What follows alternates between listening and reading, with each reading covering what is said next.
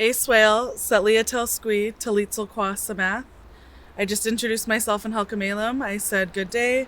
My name is Setlia, which translates to Sydney. I'm Sydney Ned from Samath First Nation, and I am the granddaughter of the late hereditary chief, Qual Lester Ned Sr. from Samath, and Qualamut Alice Cindy Douglas from Chiam. There's a phrase in our Halkamalum language, Quam Quam Shwalawel, which means to be proud of who you are, where you come from, and what you belong to. Aswale Mugwat, Carlos Julian Telsqui, Talitza Qua Mathaqui First Nation, Casta Chiam, Atel Squalawal, Quals Quetzalama. My name is Carlos Julian, and I am from Mathaqui First Nation, and I also have ties in Chiam. It's so good to see you. Aswell, Courtney Graham Telsqui. I am from Samath First Nation. Aswell, my English name is Ron Francis Modest. I carry two traditional names, Skaliyitaluk from Mathaqui side and Thalaquatston from my Cowichan side. We are here to welcome you today. Welcomes are done by those who come from the local nations. Us being from Samath First Nation and Mathaqui First Nations, I welcome you to this territory.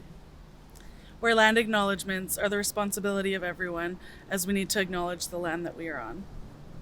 And today I'm going to be sharing a Matsqui song with you guys. It's a multi-purpose song.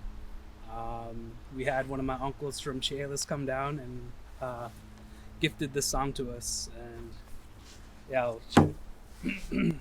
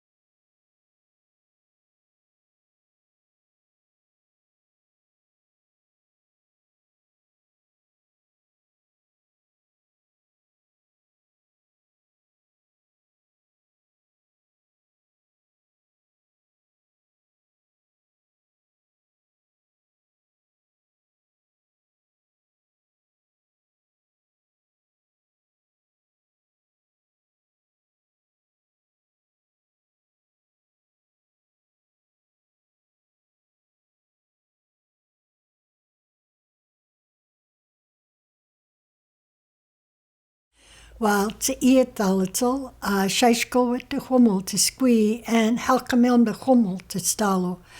My traditional name is Shaishkolwit, and the language we speak is Halkamelam, and I'm Stolo. Well, a swale is good day.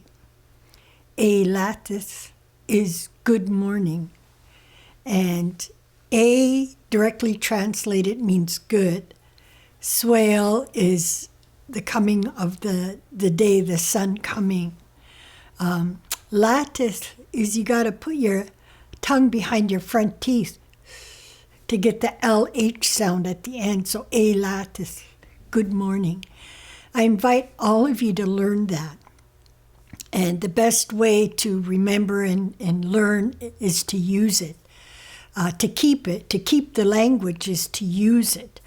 And everyday functional language is the best. So I encourage all of you to turn to somebody and say a swale and a lattice, good day or good morning. And if you go to the United States, they say Canadian A, and of course that we claim that. But I really want to take the time to share with you about Stolo and Stolo people and our connection to the land. Today we're called Stolo, and Stolo directly translated means river. We're river people. And it's more of a contemporary term. Stolo territory mirrors the Fraser Valley, what's known as the Fraser Valley today. But our people have worked really hard to bring back our traditional name. So right now I'm in Sumath territory. Sumath is that connection to Sumas. Sumath territory, of course, includes Sumas, Washington, comes through here, what they call Abbotsford, and up to our families in Mathaqui. But Stolo territory is the Fraser Valley and 100 kilometers north of what they call the Fraser River today. That's Stolo territory. And it extends beyond what they call the Fraser Valley. It banks into our families in Tsawwassen, Musqueam, Tsleil-Waututh. We're all directly connected and interconnected. And it goes up to the canyon. One of the first stories I heard about the Sumath people was from my grandmother. Back then, I grew up on the last isolated reserve in the valley, Ste'elis, and directly translated, that means the beating heart. If you get a chance to go to the Harrison River and the Ste'elis River, are in the corner of Ste'elis community, you'll see the Harrison River flowing down, and it flows over a rock, and it looks like a beating heart. That's how Ste'elis received that name. And if you learn anything, it's really about place name. Ste'elis, the beating heart. Scoukale, the reserve I live on in Chilhuic, it means around the bend, Scoukale. And so all of these places have a meaning to them. But Sumath people, I would get to go to Chilliwack with my uncle and grandfather. They would go to an auction there in Chilliwack, and I was a young girl. And while I was at the auction, I got a little bored, so I went outside and was standing there, and I could see people walking. And then this man came up to me. He said, "Who are you?" And I looked at him, and I went to tell him my name, and he said, "No, who's your family?" And so I told him, and he said, "Well," he says, "you tell your family I said hello," and he said his name. And so I went back, and I told my uncle and my grandfather and But when I arrived home, I told my grandma, I said, this man came and he said this is his name, and he said to say hello to the family. She goes, oh, yeah, Sumath people, she said. They were the warriors. And you need to learn the recent history of just the valley, because Sumath Prairie, all that land didn't exist. Where the freeway is, all the land south was a great big, it was a lake. And it held all our food. The ducks came there, sturgeon was there, the Sumath Lake is what was the border for people coming upriver. They had to cross the Sumath Lake to get to what now is called, where the dike is, bordering Chilliwack. So the Sumath people protected the valley. And there was a Heelk, Big Siam, that lived here in Sumath, who was the warrior who would protect anybody coming upriver. So that really was important. That's important history to know. And of course, you can read more about it in, we've written 2 books, the Historical Atlas, but we also have another one called You Are Asked to Witness, and they carry some of those, that carry some of that history. This is very recent. We have a lot of books that were actually written by our dear elders, 2 of them, my grandmother. These stories I grew up with from my grandmother and other Stolo elders. Those were the only stories that have ever been written. I was just sharing with one of my nieces that she wanted to document one of our stories, and I told her, well, after the elders did these stories, they were a little bit disappointed because they said you cannot translate our stories to writing and get the same effect. We have an oral history. So the elders today say if you want to learn, you learn from our people. You learn by doing. So while we have these stories, our excellent launching pad to learn, our elders really want people to continue with our oral tradition, to teach especially about who we are as a people and our culture and our ceremonies, of course. I'd like to end with that there are resources available. And I mentioned You Are Asked to Witness. And it's so important to learn the recent history of the Valley, Sumath territory, Mathaqui territory. Learn the traditional names of the people in the community in which you live, and the connection to the land and to the resources and why that's important. Our elders told us we are the land. We are the resources. And what's really important is we believe from the elders and from all that we've learned is that we create the future by what you say and do today. And if we want to have our future, our generations coming, our children and grandchildren, to have a good future, then we've got to create that. 1, by learning to look after one another. 2, by taking care of the resources that we do have. And that we're all responsible for that. It's not just up to the government. It's not just up to those that take care of our rivers.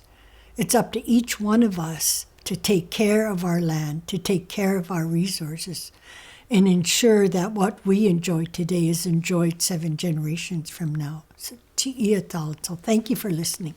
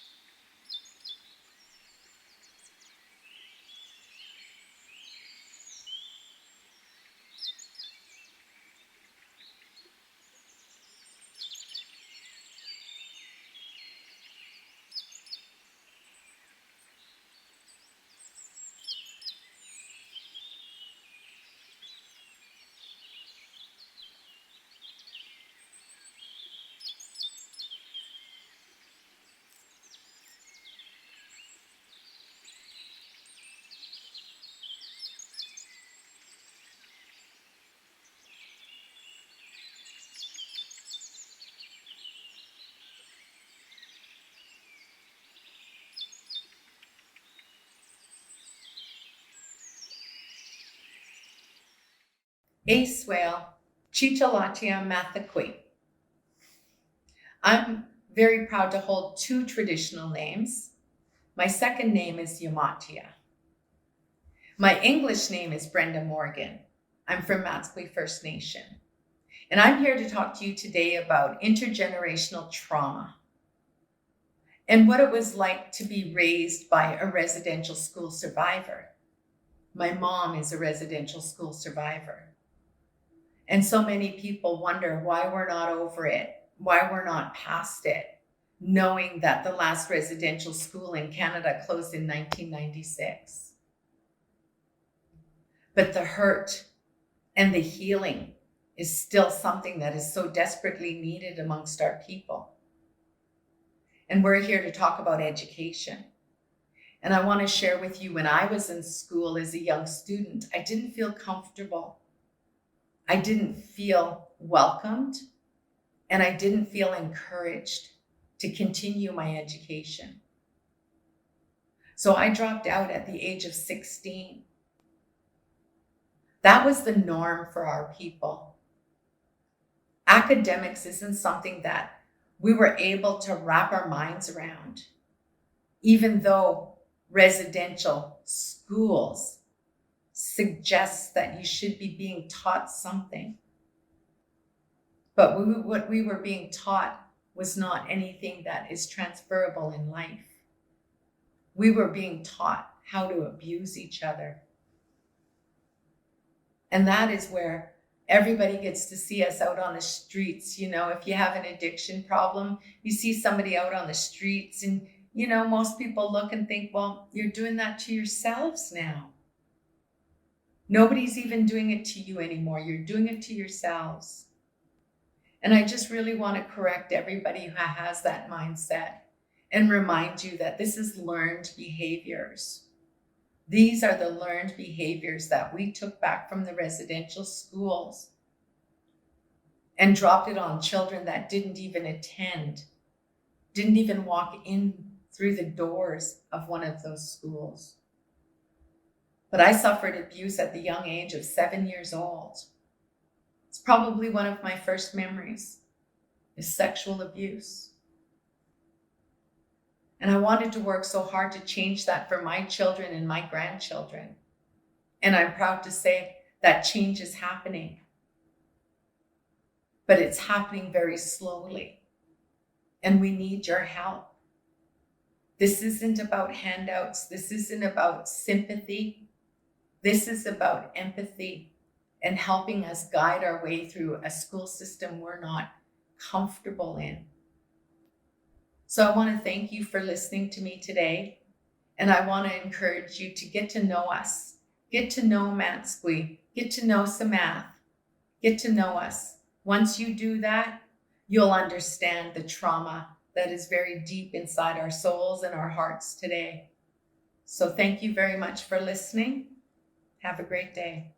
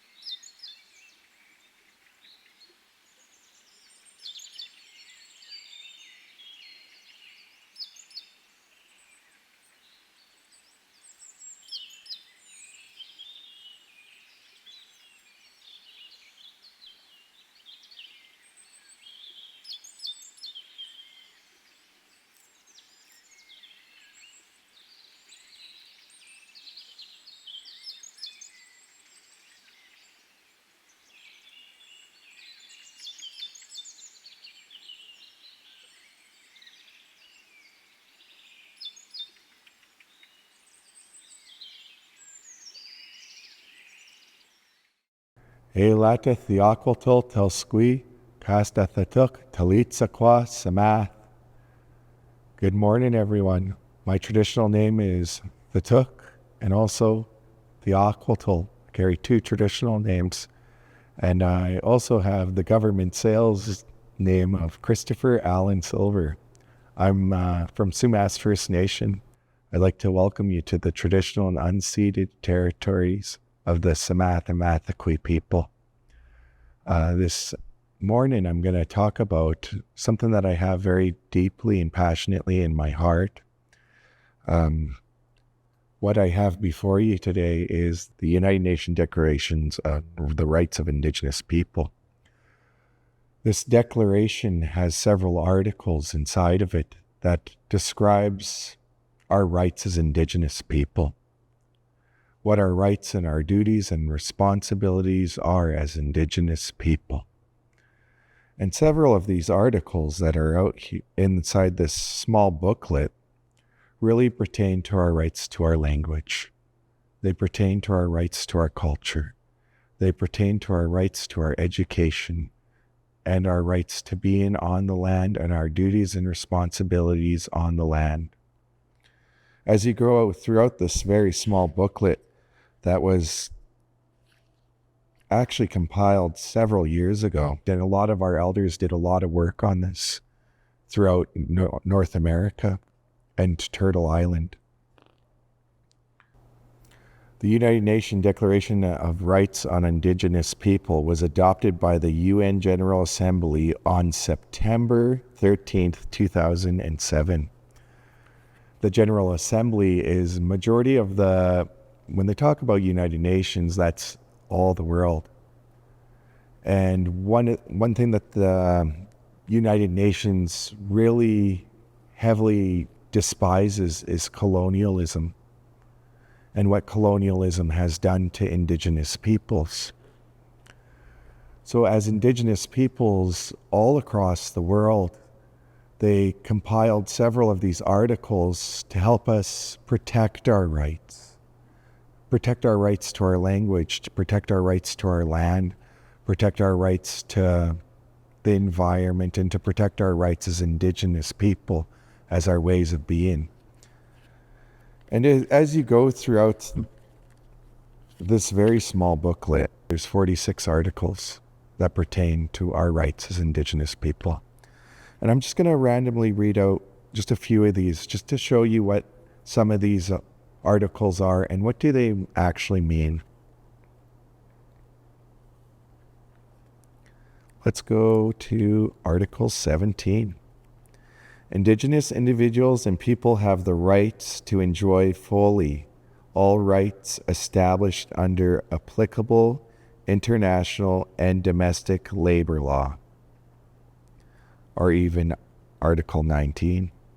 States shall consult and cooperate in good faith with Indigenous people concerned through their representatives, institutions, in order to obtain their free, prior, and informed consent before adopting or implementing legislative or administrative measures that may affect them. These are some of the articles that pertain to rights of Indigenous people across North America. Back in 2021, over in our House of Parliament here in Victoria, they adopted the United Nations Declaration Rights of Indigenous People. And it's a huge responsibility of all individuals of Canada to know the rights of the Indigenous population here, because they are not the same rights as Canadians. So Indigenous laws and Indigenous ways of being has exceeded what Canada is. And we want to share a bit of our culture, and we want to share a lot of our language. And these are also written in the articles, is our freedom to share our education the way that it sees from our eyesight, from where we stand. And this is very important to me. This is very important to our elders. And I wanted to share this with a lot of our youth to really explain how important this is. to be out on the land, to be a part of your language, to be a part of your culture, and not being ashamed of it. Because this is your land, this is your country, and this is a part of who we are.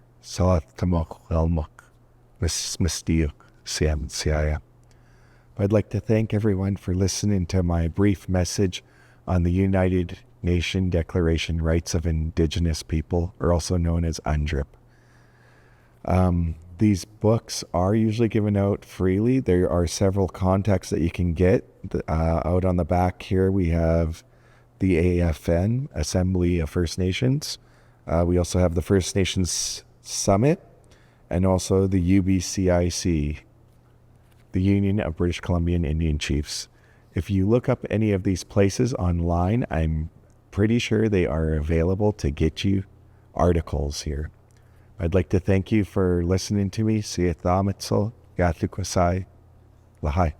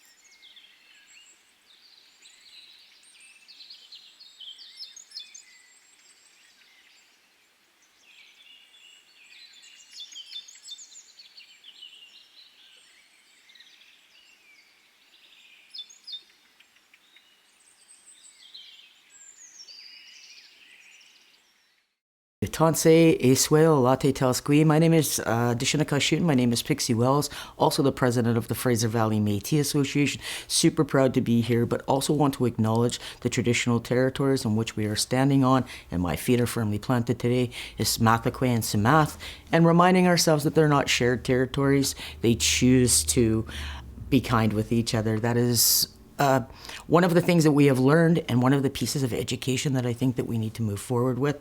So I will be, as a Métis person in Abbotsford, emphasizing that educational pieces. So thank you for having me today. Well, Métis identity in BC is very complex. However, how I see Métis identity across Canada is that we're actually the first Canadians of Canada. We're not the First Nations people. We're not European. We're a mixture of both of those people who settled in the Prairie provinces and come from the Red River.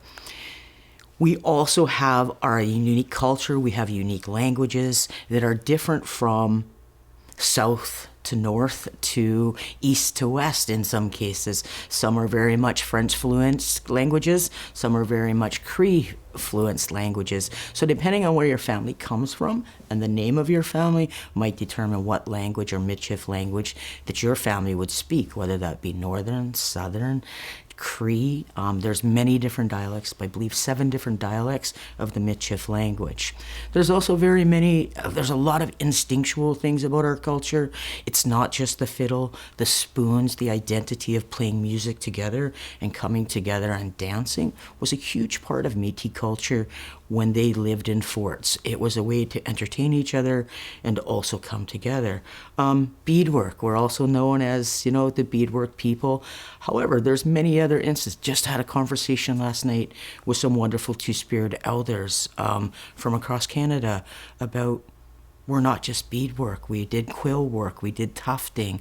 Our sashes were an incredible piece of artwork that took many, many hours to create. We're not just the sash. We're many different things. We used many different medicines. Most of us speak about the 4, but there's many different medicines that were used by our elders and elders, like the medicine seed, and different medicines from across, depending on what province you lived in, whether you lived in British Columbia, whether you lived in Alberta, what were the medicines you were able to obtain. So again, our Métis culture runs very deep in Canada.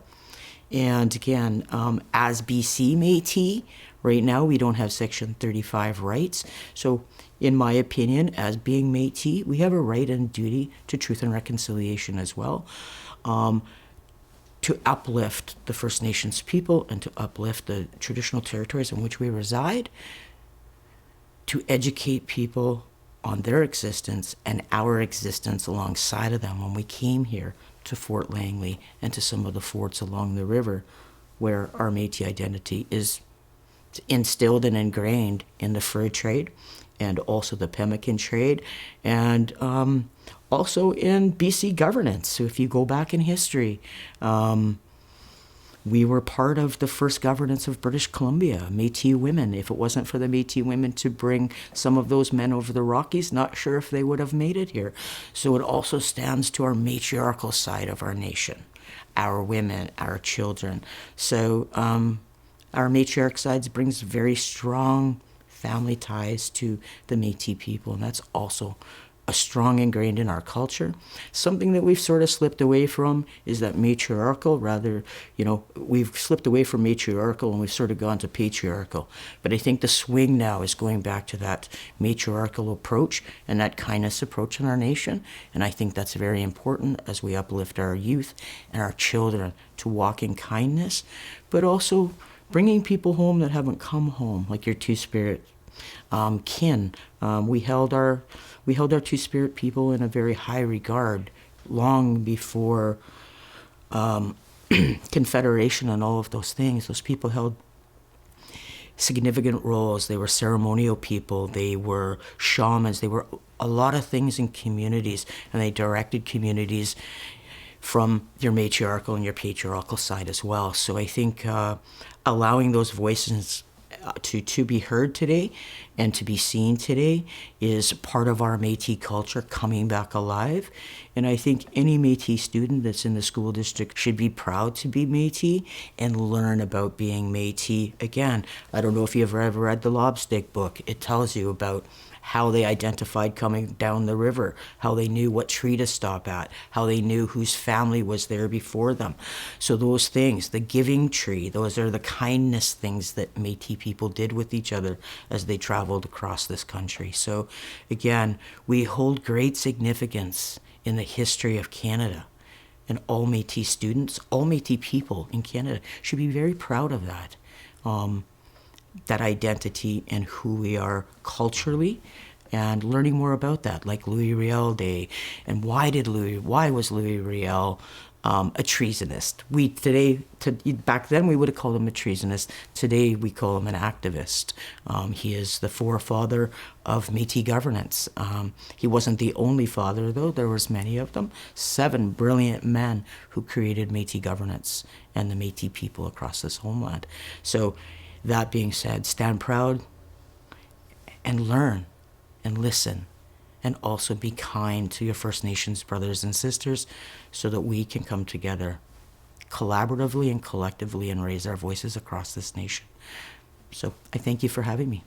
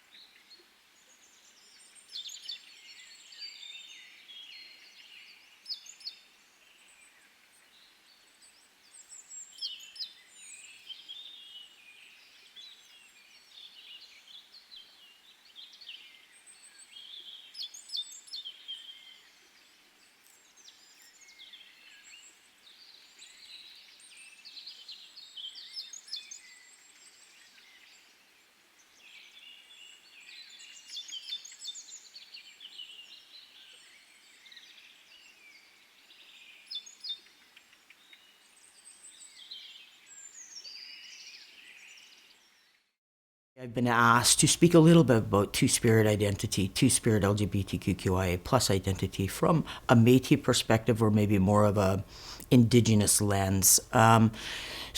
Colonially,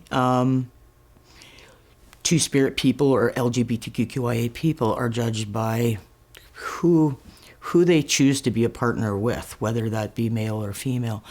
Two-Spirit identity was never engaged by that. It was engaged by the role that you played in community, whether you were more of the Susie homemaker type and wanted to weave and bead and carried more of those feminine traits in your spirit. It had nothing to do with your body gender. It was where your heart was. Same with being on the other side of that. If you were more masculine in your heart and in the jobs that you chose to do, you would have been considered back then a two-spirit individual because your body didn't identify with the roles that your heart set.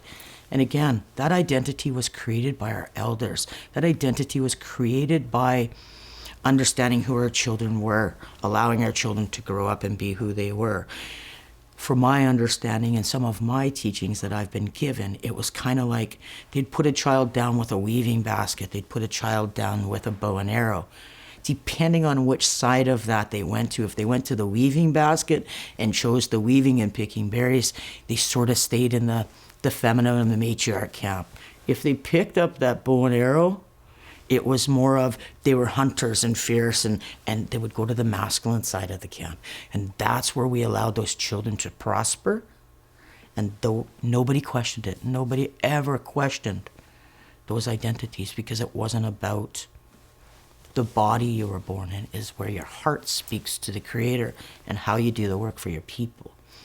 So two-spirit identity comes in many, many different forms. It's not about your sexual preference. It's about the roles you play in community.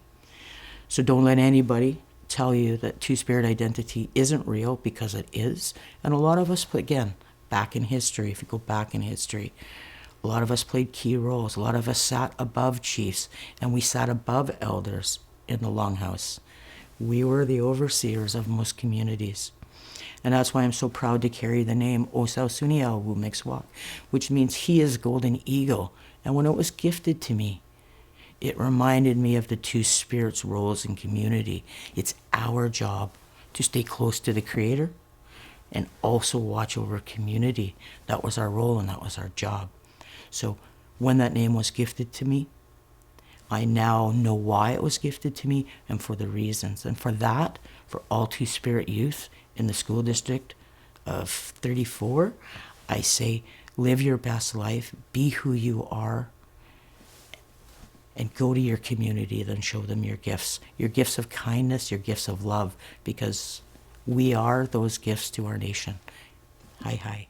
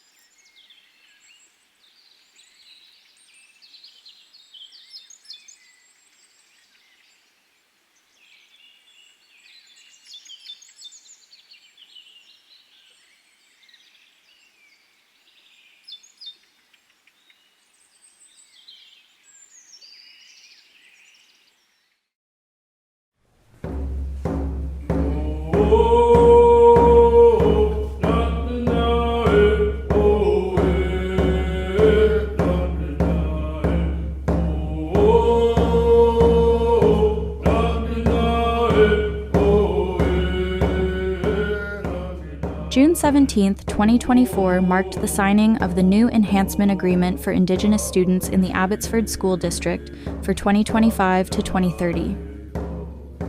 With input from over 500 staff, students, families, and the community, the agreement was created to guide support for Indigenous student success in the Abbotsford School District.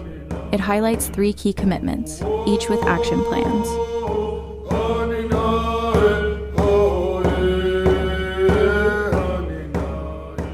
The Indigenous Enhancement Agreement is vitally important to our school district. It represents our commitment to our Indigenous students.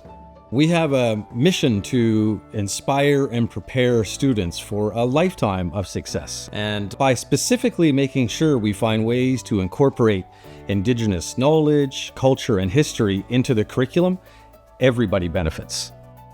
So we have 3 main goals for our enhancement agreement for Indigenous students. One is student success, the second is cultural identity, and the third is advocating for equity and access. So that first goal is holistic wellness and holistic support. So you've got those academic supports, you have those physical supports, especially with the space in the room and food and nutrition, and you've got the emotional well-being supports and having that trusted adult. Having commitment statements and actions improves the outcomes for Indigenous students. For example, our last enhancement agreement had a goal of increasing literacy rates for Indigenous learners, and we gave targeted literacy support for our elementary school students, so much that their FSA scores were higher than non-Indigenous students.